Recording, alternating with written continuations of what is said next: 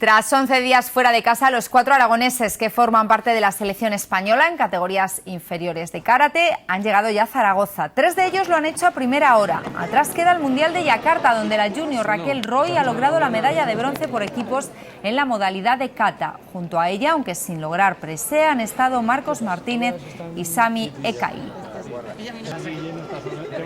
En cadete, como son nuevas, no sabes lo que puede haber, pero normalmente es más fácil.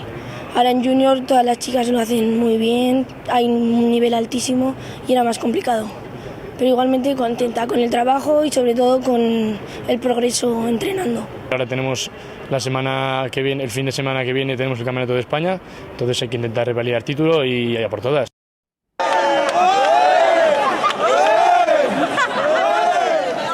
Y hace tan solo unos instantes, Asier ha recibido el cuarto aragonés que ha estado en el Mundial, el cadete Guillermo García, que ha logrado el bronce por equipos también en kata.